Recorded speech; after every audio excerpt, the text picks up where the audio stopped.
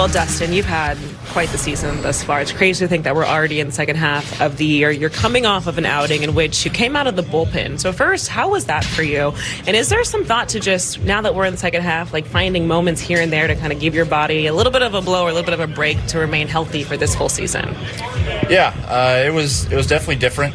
I had known about it for a little while that I was going to be doing that, so I kind of gave my mind some prepared time to do that.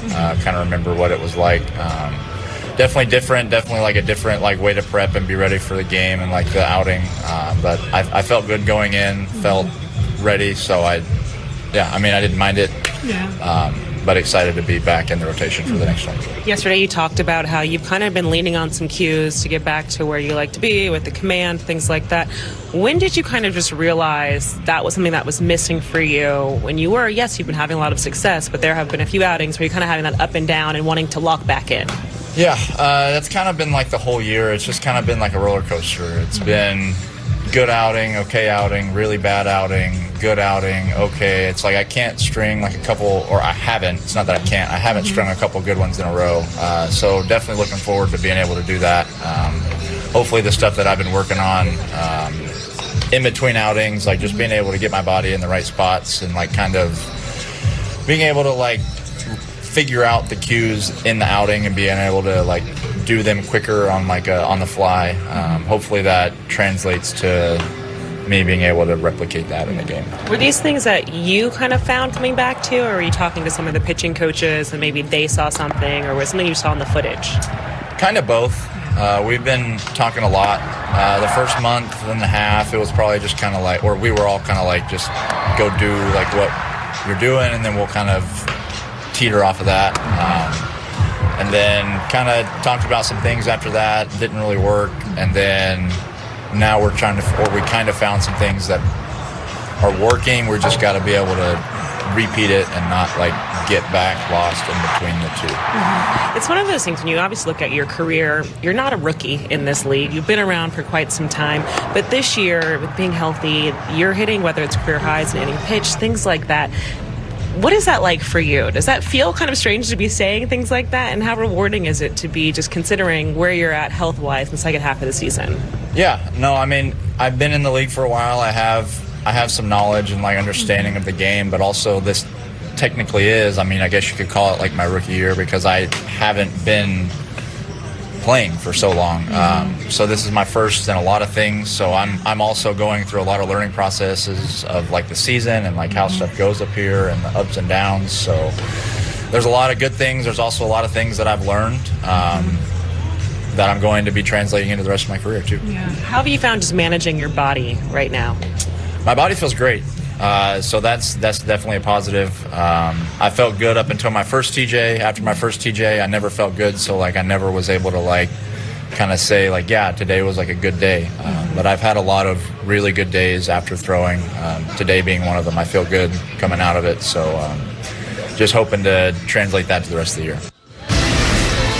All right, it's time to call your shot, brought to you by Southern California Toyota, and you never mess with what wins. Last night, the Dodgers won after I went first in calling shots, so I'm going to go ahead and go first again tonight. I'm going to begin with a guy that has homered in 3 consecutive games for the 11th time in his career, but he's never homered in 4 straight games. Shohei Ohtani is going to change that tonight. He's hitting one of the people, Adrian. That's my called shot. Shohei. I love that. I'm going to go with a guy that, you know, came out and said he found something in his swing when he was looking at some videos and working in the cage. And I believe him because when he says it, you got to believe it. So, Freddie, I am listening to you and I am going with you because of what your words have said. So, let's go, Freddie.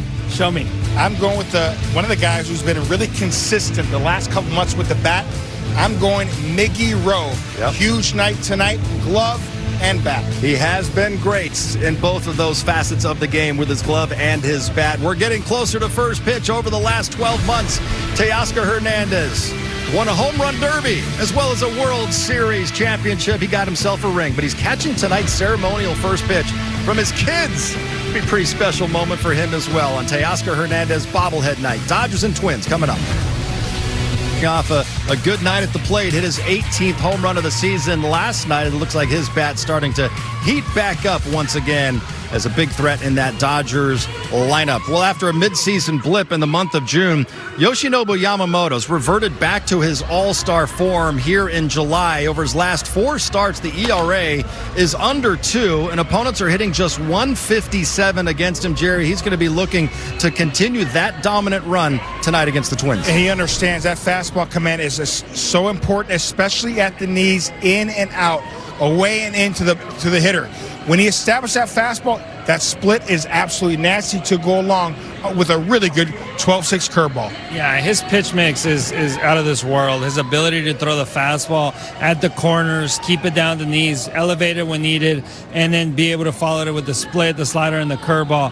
I mean, when he's got those 4 pitches going, he is really unhittable, and that's what's reflecting those stats that you're seeing there. 1.83 ERA, 0.86 whip, 157 batting average against. I mean, that's because he's had those 4 pitches working. Dodgers are facing Simeon Woods Richardson tonight. Adrian, he's been really good over his last 6 or 7 starts. But if you're a hitter in your major league career, how would you approach a guy that maybe you've never seen before in your career? I mean, the first thing is you look at video, right, and you try to see where he makes his mistakes, and that's where you go hunt him.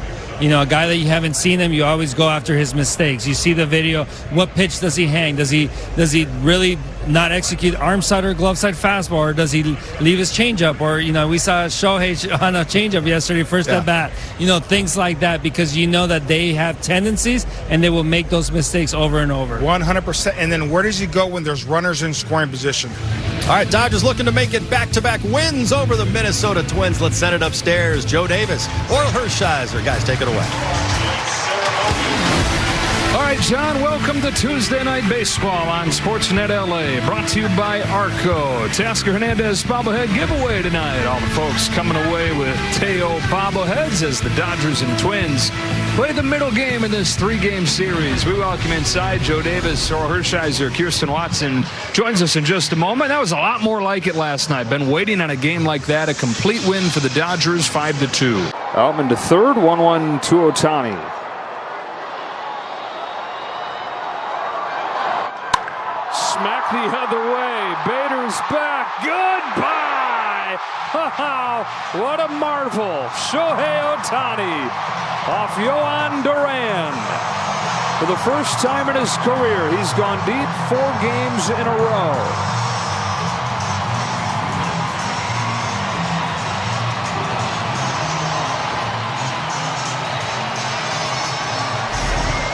It came in like a splitter. And it was breaking pretty good, but Shohei got the barrel on it with his swing and the splitter at around 99 miles an hour. It went out over 107. And I caught an Ohtani home run, that guy can tell everybody. That's why I stayed. That's why I said we got to stay. That's so good. Wearing a Shohei jersey. Now, the good is the offense. They score 7 runs. The offense very much looks alive, but they give up 10 runs, and the series is tied up. Yeah, they're doing with some hitting. They're stringing some hits together. Ohtani's continuing to show the power, but the pitching today, you know, all the walks. You know, you 7 walks, 6 score. You throw almost 200 pitches. That's a lot of wear and tear on a staff, and it's a lot of damage. Tyler Glass now goes tomorrow, his 3rd start off of the injured list, and encouraging so far. Yeah, he looks really good. He looks like the reason we signed this guy, why we want him in the rotation, and the rotation is going to round into form as we continue to get these guys healthy and they get their legs under them. Right now, his legs are under him and they're doing well. He goes for the Dodgers. Chris Paddock counters for the Twins in the rubber match at 1. Dodgers lose, though. 10-7 the final. They drop to 59 and 43. Ben Casparius is charged with the loss. Yoshinobu Yamamoto goes 5 innings. He allowed 3 runs, only 1 of them earned. He struck out 8. Andy Pages 2 for 3, hit his 19th home run, had 3 RBIs. Shohei 1 for 5 with his 36th home run and a couple of runs batted in. Here's what's ahead on the Dodgers calendar. Tyler Glasnow will start tomorrow's series finale at 1 p.m. They have an off day Thursday before beginning a long 3-city road trip Friday in Boston. 3 games with the Red Sox, then it's off to Cincinnati for 3 with the Reds. Saturday's game on Fox, all others right here. Yoshi, when you look at your outing today, the pitch count got up, some long at-bats. What was either missing for you, or how were they able to kind of just get the pitch count up in this game today? 今日、初回序盤から、球数がちょっと増えちゃったり、失点があったんですけども、そこの原因になったものっていうのはご自分でどう考えられますか。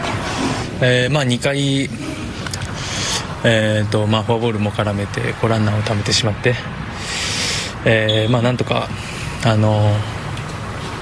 1失点でなんとか乗り切りたかったんですけど、その後タイムリーヒットを打たれてしまって、そこをなんとか1点に抑えれてたらもっと試合の流れも、変わってたかなと、思います。First of all, I gave up walks. That's how we started, and then if I could get out of the inning in just one run, I think this game would have been a little bit different. What do you think was leading to the walks? Was it something mechanical? Is it? そのフォアボールの、原因になったっていうのはその、フォーム的な問題があったりとかそういうところだったんでしょうか。ちょっとした、ズレだと思いますけど、ちょうどランナーいるとこから、フォアボールを出してしまったので、そこが、良くなかったなと思います。I think just a little bit out of sync mechanically, and then also before the walk, I already had a one runner. I was carrying one runner. Shohei Ohtani homering for the fourth consecutive game, first time in his brilliant career that he's done that. This is such an impressive home run. This 100 miles an hour running down and away. He's able to backspin the ball. This is off the plate, too. Great top hand. Look at that. No wasted movement. Outstanding job getting to the baseball and following through. The unicorn. He is a unicorn. Let's head back inside the clubhouse right now and hear from Ben Casparius with Kirsten and the media. We obviously know tonight was an uncharacteristic night for you, just dealing with the injury. It was clear you didn't have your stuff. When did, I guess, the cramp start, and kind of what happened there on the mound today? Yeah, I would say the last couple pitches of warm-ups, I kind of felt my foot give a little bit, like Charlie Horse feeling, clenched up, and then I'd say pretty early on in the outing, it kind of just, I'm hoping unbearable cramps, but we're gonna see, I guess. Frustrating on a strain. Yeah. How frustrating is it? This obviously, you see a guy in your bullpen go down yesterday. You want to show up for the team, but then it just kind of feels like one thing after another. Yeah, it's tough. It's unpredictable. Obviously, I felt pretty good this whole year, so for it to be something like this and not, arm related is tough. But I'm hoping it's not, a crazy setback. Last or even just earlier this year? Yeah, I've cramped up in my hamstring before, calves before. This was a little bit different, I think, just with foot being involved and just, again, not really being able to get into my legs at all. So, yeah. Did you see tomorrow? Is there any tests or anything like that? I think the plan is for an MRI tomorrow morning.